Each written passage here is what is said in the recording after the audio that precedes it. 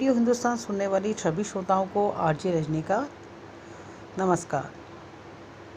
आप सभी को श्री कृष्ण जन्माष्टमी की हार्दिक शुभकामनाएं। श्री कृष्ण के जीवन से जुड़ी हुई एक छोटी सी कथा मैं आपके समक्ष प्रस्तुत कर रही हूँ। आइए सुनते हैं। कमल किशोर सोने और हीरे के जवाहरात बनाने और बेचने का काम करता था। उसकी दुकान से बने हुए गहने दूर दूर तक मशहूर थे। लोग दूसरे शहर से भी कमल किशोर की दुकान से गहने लेने और बनवाने आते थे।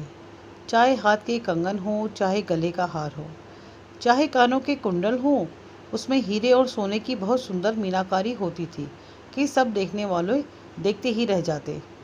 इतना बड़ा कारोबार होने के बावजूद भी कमल किशोर बहुत ही शांत और सरल स्वभाव वाला व्यक्ति था। उसको इस माया का इतना रंग नहीं चढ़ा हुआ था। एक दिन उसका कोई मित्र उसकी दुकान पर आया, जो कि अपनी पत्नी सहित वृंदावन धाम से होकर वापस आ रहा था। तो उस मित्र ने सोचा कि चलो थोड़ा सा प्रसाद अपने मित्र कमल किशोर को भी देता चलूं। उसकी दुकान पर जब वह पहुंचा तब कमल किशोर का एक कारीगर एक सोने और हीरे जड़ित बहुत सुंदर हार बनाकर कमल किशोर को देने के लिए आया। कमल किशोर उस हार को देख ही रहा था कि उसका मित्र उसकी दुकान पर पहुंचा। कमल किशोर का मित्र अपने साथ वृंदावन से एक बहुत सुंदर लड्डू गोपाल, जिसका स्वरूप अत्यंत मनमोहक था, साथ लेकर आया था। जब उसका मित्र दुकान पर बैठा तो उसकी गोद में लड्डू गोपाल जी विराजमान थे। कमल किशोर लड्डू गोपाल जी के मनमोहक रूप सौंदर्य को देखकर अत्यंत आनंदित हुआ। उसने अपने हाथ में पकड़ा हुआ हार उस लड्डू गोपाल के गले में पहना दिया और अपने मित्र को कहने लगा, देखो तो सही, इस हार की शोभा लड्डू गोपाल के गले में पड़ने से कितनी बढ़ गई है। उसका मित्र और कमल किशोर आपस में बातें करने लगे। बातों बातों में ही उसका मित्र लड्डू गोपाल को हार सहित लेकर चला गया।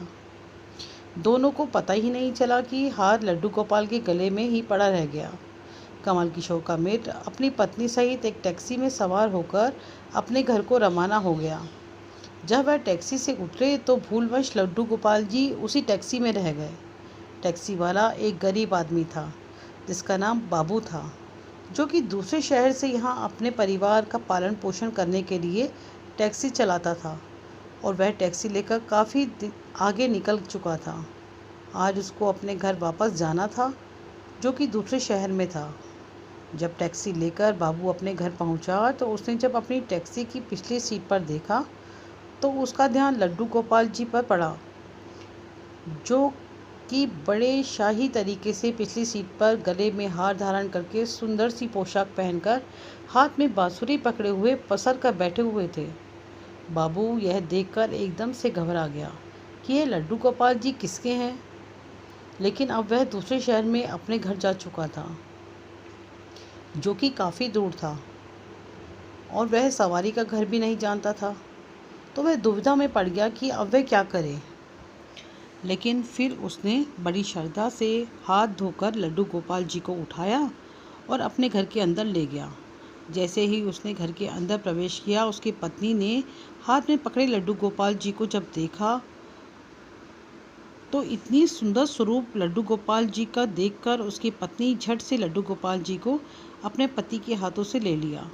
उसकी पत्नी, जिसकी 8 साल से शादी हो चुके थे 8 साल हो चुके थे जिसकी शादी को, उसके अभी कोई संतान नहीं थी, लेकिन गोपाल जी को हाथ में लेते ही उसका वात्सल्य भाव जाग उठा।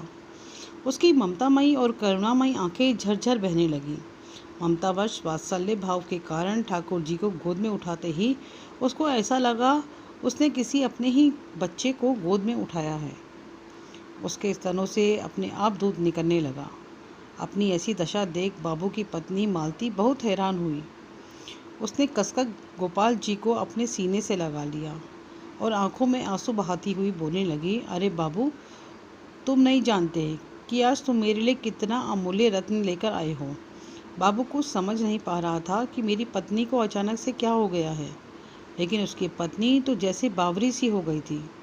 वह गोपाल जी को जल्दी जल्दी अंदर ले गई और उनसे बातें करने लगी। अरे लाला, इतनी दूर से आए हो तुम्हें भूख लगी होगी। और उसने जल्दी जल्दी मधु और घी से बनी चूरी बनाई और दूध गर्म करके ठाकुर जी को भोग लगाया। और तो कमल किशोर ने जब अपनी दुकान पर हार को न देखा तो उसको याद आया कि हार तो ठाकुर जी के गले में ही रह गया। तो उसने अपने मित्र को संदेश भेजा। तो मित्र ने आगे से जवाब दिया, अरे मित्र, वह माखन चोर और चिच्चोर हार सहित खुद ही चोरी हो गया है। मैं तो खुद इतना परेशान हूँ कमल किशोर, अब थोड़ा सा परेशान हो गया कि इतना कीमती हार ना जाने कहाँ चला गया। मुझे तो लाखों का नुकसान हो गया। लेकिन फिर भी अपने सरल स्वभाव के कारण उसने अपने मित्र को कुछ नहीं कहा और उसने अपने मन में सोचा कि कोई बात नहीं, मेरा हार तो ठाकुर जी के ही अंग लगा है। अगर मेरी भावना सच्ची है तो ठाकुर जी उसको पहने रखें। और उधर बाबू और उसकी पत्नी मालती दिन रात ठाकुर जी की सेवा करते। अब तो मालती और बाबू को लड्डू गोपाल जी अपने बेटे जैसे ही लगने लगे। लड्डू गोपाल जी की कृपा से अब मालती के घर एक बहुत सुंदर छोटी बेटी ने जन्म लिया। इन सब बातों का श्रेय वह लड्डू गोपाल जी को देते कि यह हमारा बेटा है और अब हमारी बेटी हुई है। अब हमारा परिवार पूरा हो गया। मालती लड्डू गोपाल जी को इतना स्नेह करती कि रात को उठ उठ कर देखने जाती कि लड्डू गोपाल जी को कोई कष्ट तो नहीं हुआ। ऐसे ही एक दिन कमल किशोर व्यापार के सिलसिले में दूसरे शहर जाना पड़ा जहाँ पर बाबू रहता था। लेकिन दुर्भाग्यवश जब वो शहर में पहुँचा तो अचानक से इतनी बारिश शुरू हो गई कि कमल किशोर को जहाँ पहुँचना था वहाँ पहुँच ना सका। और तब वहाँ बाबू अपनी टैक्सी लेकर आ गया। उसने परेशान कमल किशोर को पूछा, बाबूजी, आप यहाँ क्यों खड़े हैं? बारिश तो रुकने वाली नहीं है और सारे शहर में पानी भरा हुआ है। आप अपनी मंजिल तक ना पहुँच पाओगे और ना ही कहीं और रुक पाओगे। मेरा घर पास ही है, अगर आप चाहो तो मेरे घर आ सकते हो। तो कमल किशोर, जिनके पास सोने और हीरे के काफ़ी गहने थे, वह अनजान टैक्सी वाले के साथ जाने के लिए थोड़ा सा घबरा रहा था, लेकिन उसके पास और कोई चारा भी नहीं था और वह बाबू के घर उसके साथ टैक्सी में बैठकर चला गया। घर पहुंचते ही बाबू ने मालती को आवाज़ दी, आज हमारे घर मेहमान आए हैं, उनके लिए खाना बनाओ। कमल किशोर ने देखा कि बाबू का घर एक बहुत छोटा सा लेकिन व्यवस्थित ढंग से सजा हुआ था। घर में अजीब तरह की इत्र की खुशबू आ रही थी जो कि उसके हृदय को आनंदित कर रही थी। जब मालती ने उनको भोजन परोसा तो कमल किशोर को उसमें अमृत जैसा स्वाद आया। उसका ध्यान बार बार उस दिशा की तरफ जा रहा था जहाँ पर ठाकुर जी विराजमान थे। वहाँ से उसको एक अजीब तरह का प्रकाश नजर आ रहा था। तो वह हार कर कमल किशोर ने बाबू को पूछा कि अगर आपको कोई ऐतराज़ ना हो तो क्या आप बता सकते हो कि उस दिशा में क्या रखा है? मेरा ध्यान उसकी तरफ आकर्षित हो रहा है। तो बाबू और मालती ने एक दूसरे की तरफ मुस्कुराते हुए कहा कि वहाँ पर तो हमारे घर के सबसे अहम सदस्य लड्डू गोपाल जी विराजमान हैं। तो कमल किशोर ने कहा, क्या मैं उनके दर्शन कर सकता हूँ? तो मालती को उसको कोने में ले गई जहाँ पर लड्डू गोपाल जी विराजमान थे। कमल किशोर लड्डू गोपाल जी को और उनके गले में पड़े हार को देखकर एकदम से हैरान हो गया। यह तो वही लड्डू गोपाल हैं और यह वही हार है जो मैंने अपने मित्र को के लड्डू गोपाल जी के को डाला था। कमल किशोर ने बड़ी विनम्रता से पूछा, यह गोपाल जी तुम कहाँ से लाए?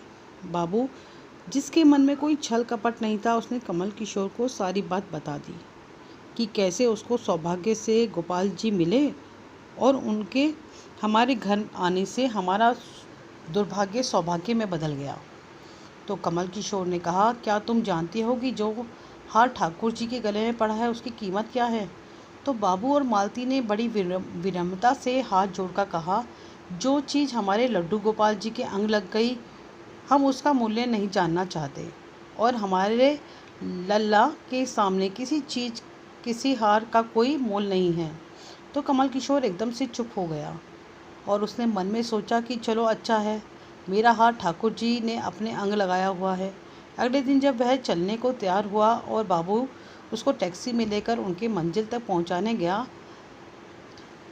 जब कमल किशोर टैक्सी से उतरा और जाने लगा तभी बाबू ने उसको आवाज़ लगाई कि जरा रुको, यह आपका कोई सामान हमारी टैक्सी में रह गया है। लेकिन कमल किशोर ने कहा, मैंने तो वहाँ कुछ नहीं रखा। लेकिन बाबू ने कहा कि यह बैग तो आपका ही है। जब कमल किशोर ने उसको खोलकर देखा तो उसमें बहुत सारे पैसे थे। कमल किशोर एकदम से हक्का बक्का रह गया। यह तो इतने पैसे हैं जितनी की उस हार की कीमत है। उसकी आंखों में आंसू आ गए कि जब तक मैं निश्चल भाव से ठाकुर जी को वह हार धारण करवाया हुआ था, तब तक उन्होंने पहने रखा। मैंने जब उनको पैसों को सुनाया तो उन्होंने मेरा अभिमान तोड़ने के लिए पैसे मुझे दे दिए। वह ठाकुर जी से क्षमा मांगने लगा। लेकिन अब हो भी क्या सकता था। इसलिए हमारे अंदर ऐसे भाव होने चाहिए, उसमें अहंकार ना हो कर विनम्रता होनी चाहिए, और ठाकुर जी जैसा चाहते हैं वैसा ही होता है। हम तो निमित्त मात्र हैं। कौन ठाकुर जी को वृंदावन से लाया और किसके घर आकर वह विराजमान हुए, यह सब ठाकुर जी की ही लीला है। जिसके घर रहना है, जिसके घर सेवा लेनी है, यह सभी जानते हैं। हम लोग तो निमित्त मात्र हैं। बस हमारे भाव शुद्ध होने चाहिए। ठाकुर जी तो बड़े बड़े पकवान नहीं बल्कि भाव से खिलाई छोटी छोटी चीज़ों को भी ग्रहण कर लेते हैं। यह कहानी मित्रों हमें बहुत कुछ सीख भी देती है और सोचने पर मजबूर भी करती है। आगे कहानी के लिए बने रहें हमारे साथ रेडियो हिंदुस्तान पर। सबको सिखाएं पेड़ लगाएं, सबको सिखाएं जल बचाएं।